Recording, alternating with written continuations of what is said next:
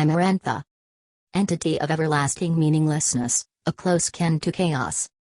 Truth can only be found in meaninglessness and warpedness. In the Greek myth of the Protogenoi, primeval timeless entities, which were self-projected into existence, enucleated by Hesiod, chaos, or chaos, was always seen as an unfathomable void, the great formless gap from which the existent, plus existence itself, sprang up to outlive physical transformations on which it always had full control and abysmal power. The Greek myth of chaos comes in pair with another shapeless entity, born with actual ability to think and witness the course of everything, though not from a teleological, nor theological, perspective. Amarantha, derived from alpha mu alpha rho alpha nu tau omicron sigma, unfading, everlasting, is said to be the superimposable image of chaos, from which eternal meaninglessness makes its branches stem over all human, unhuman and inhuman activities. She is said to have challenged the overbearing power of neutrino stars, gobbling everything up, shape-shifting to entropy from the primordial emptiness of the primeval times until today. Being a powerful entity which makes order and disorder wobble and intertwine without even intervening proactively in the course of events, Amarantha applies the principle of meaninglessness to herself, due to non-linear dynamics from which chaos popped up, a microcosm of epiphenomena still unfolding. Though some compare Amarantha to the archetype of existential depression, she is a warden to warped perspectives, reality, imaginary conundrums and, of course, the powerful cradle of reason. Since everything is possible in her, yet not actionable in universal terms, the actual concern of Amarantha's cultists is finding solace in recognizing the lack of meaning, the absolute void of perspectives in pointless bereavement.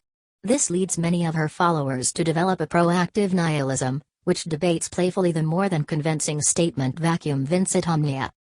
Amarantha, as shown by her attitude during the primeval and historical eras of the world, is strongly affiliated to hybrid one's pride to overcome obstacles to gather the maximum entropy, knowledge possible, in order to aim to create and recombine faulty processes by turning into destruction or productivity given the chance, put in perspective by the ordinary quantum fluctuation, and not to succumb to the laws of the apparent order, cosmos, as beings continuously do.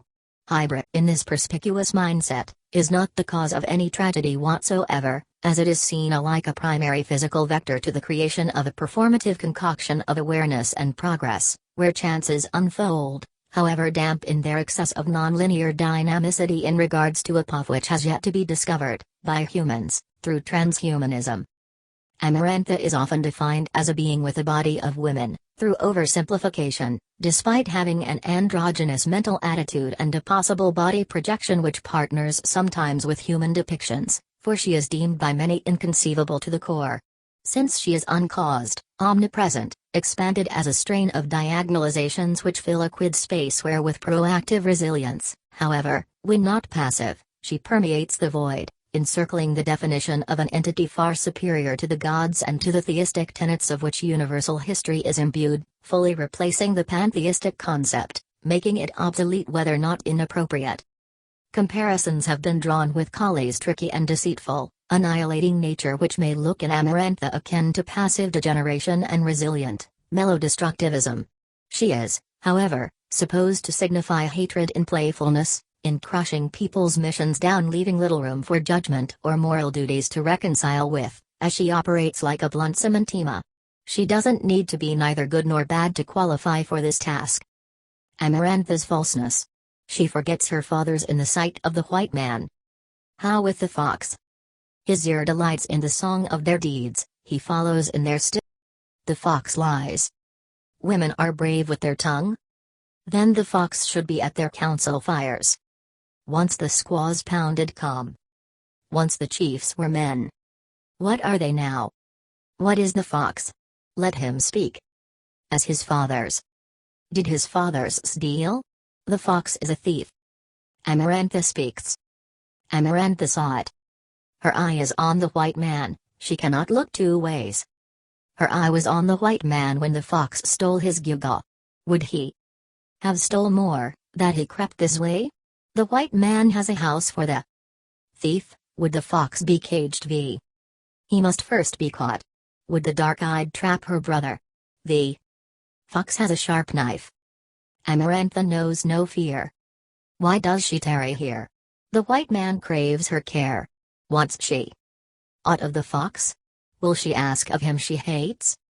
Yes. The fox dare not say no. She demands the toy the warrior stole. To hers. The fox cannot say no to one he loves.